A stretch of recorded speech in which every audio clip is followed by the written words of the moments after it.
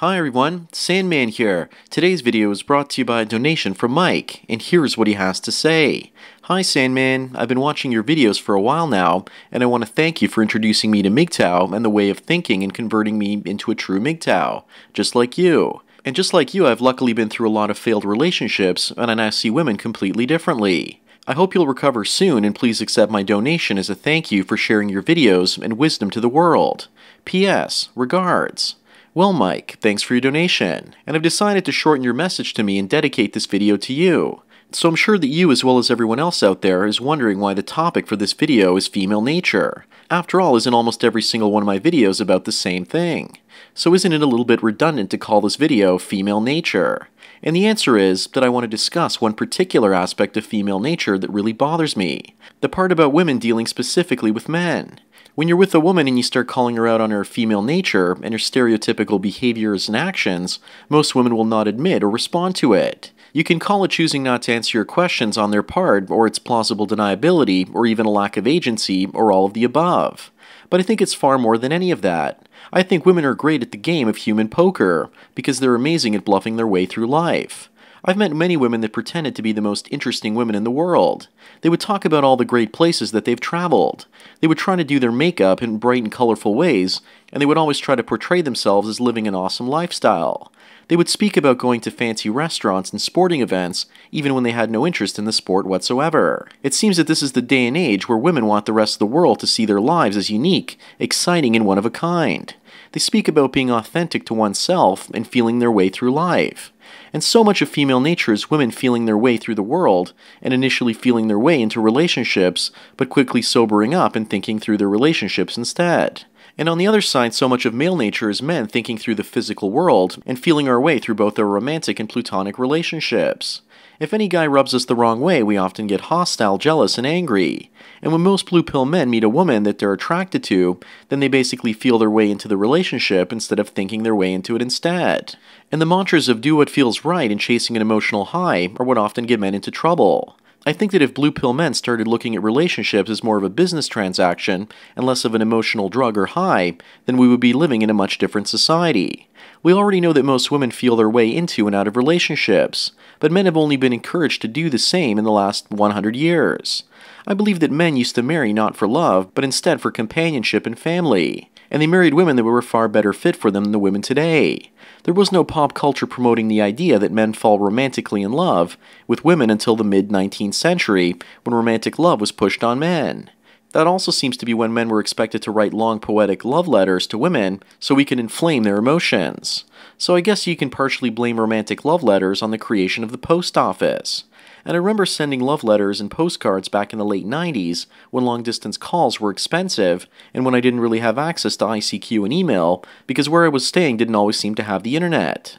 And with regards to popular culture, I think that the only way that blue pill men will not focus on the emotional highs of relationships and love is if the cheesy movies, TV shows, and other cultural artifacts encouraging us to do so begin to vanish. But enough about male nature. I think that as a society we need to see women as poker players bluffing their way through life. And a long time ago I spoke to a woman about why she kept secrets from her husband of 10 years. And she told me it's more interesting to live life with a little bit of mystery in it. And that's when I realized that women generally operate on a need-to-know basis. And even if you ask them to answer an important question, they often deflect and avoid you, and just hope that you stop asking that question and change the topic of the discussion to something else. I would no doubt still be in a relationship today if my ex-partner of almost 10 years had actually talked out our problems instead of ignoring everything I brought up, and just hoped that I would stop asking. And it wasn't until I was done with the relationship did she actually start to communicate with me. It was the 10th inning, but the game was over in the 9th. And we often talk about how women are the ones that initiate divorces and breakups, but I think that most women don't expect to be dumped. It's not in their nature. As a woman, the entire world is telling you that you're the better sex, and that the only thing that men can think about is sex. But then one day when you're in a relationship with a guy and he starts talking to you about wanting something more than sex, you simply don't know how to respond. Because after all, women are the ones that plan a couple's life out. How they'll live, what parties they go to, and what relatives they see on weekends. Once a guy tries to put his own 2 cents into the situation, most women don't know how to respond because they've never actually read articles in Cosmo magazine that teach them that men are human beings too, and also have unique desires in life. It must be shocking when some women finally realize that men can think about relationships with more than just their penis. And once many men reach the age of 30 or 35, we start to awaken from our testosterone-induced comas, and we start wanting more than good sex and possibly children in a relationship. And the majority of women are not prepared to deal with the consequences of a man that starts coming out of his shell, and they realize that he's a human being too. Ironically, this is also roughly when marriages run into trouble. In Canada, the average man gets married at the age of 31 and gets divorced around the age of 38 or 39, around the time that he has his midlife crisis or awakening. His mind begins to change, and I think the woman that he's always been with basically is used to running the show, and when he opens up his mouth at that point, he starts talking back to her and demanding things. And that's when she gets tired of it and leaves. With many women, it's often in their nature to often drop demands onto a man after 3 months, 6 months, or even after a year goes by in the relationship. Women assume that at that point the man is emotionally attached to them, so it's okay to start making demands of him. He's in love, so he'll basically work harder to please her because he doesn't want to feel the pain of breaking up. This, my friends, is emotional blackmail, and it's generally a deep-seated part of how women control men. They use our own love against us. And the way they generally measure love or observe it is by seeing how willing or unwilling we are to go along with their demands. And as we pass into the age where our big brain starts to think for us, once again we start to be less willing to tolerate their bullshit. And ironically, that's one of the main reasons I think women get divorced. For many women, it feels less scary to be on their own or with their children than living in a relationship with a man that has dramatically changed to become someone else. The funny thing is that men assume that women feel love the same way that we do. So when a man starts to awaken in his mid to late 30s, it must be incredibly scary for married women because they're basically used to dictating to a married man who he can hang out with and what's basically supposed to be happening in the relationship. And then suddenly he's no longer compliant and she doesn't know what to do.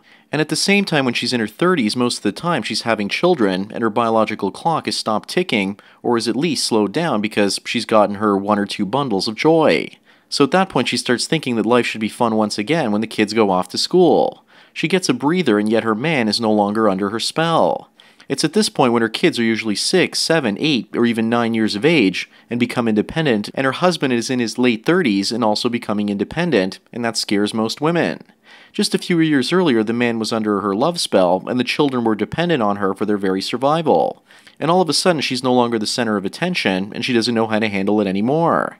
And instead of thinking her way through the changes in her life, she just knows that things feel off.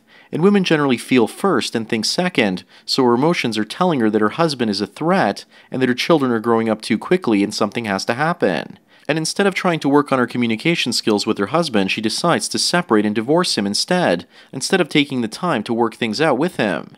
He is now awake and aware of female nature, and he gets taken to the cleaners and has to pay alimony and child support.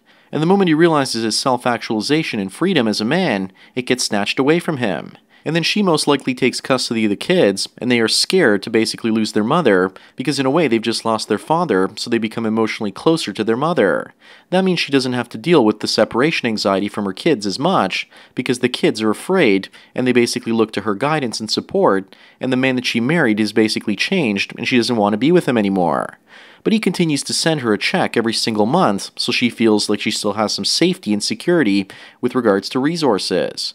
It's a win-win situation. And the kids are generally more emotionally needy and thus cling to her and give her a sense of being needed. She has the financial security that she had before, and now she doesn't have to deal with the man. In most Western countries, she gets to keep the house and gets the money from the husband along with most of the custody of the kids. And she no longer has to deal with the man that's gone from being an easy-to-control thirsty mangina and is now free thinking and questioning her judgment. And she's now free to find yet another thirsty man out there that's going to do her bidding. Perhaps a younger man in his 20s or an older man that basically came out of a bad marriage that lasted for a really long time and he has no idea about how female nature works. That's female nature and the emotional state a woman is going through when she's contemplating divorce. On top of that, she gets tons of support from her family and friends when she goes through the process. And they all rush to her aid to support her in her time of need as she throws the man out like last week's leftovers. No doubt she probably supported one of her friends during her divorce as well, and now the friend will do the same. They will cook together and probably talk about how bad their ex-husbands were and how they don't need them anymore while cashing in their ex-husband's checks at the same time.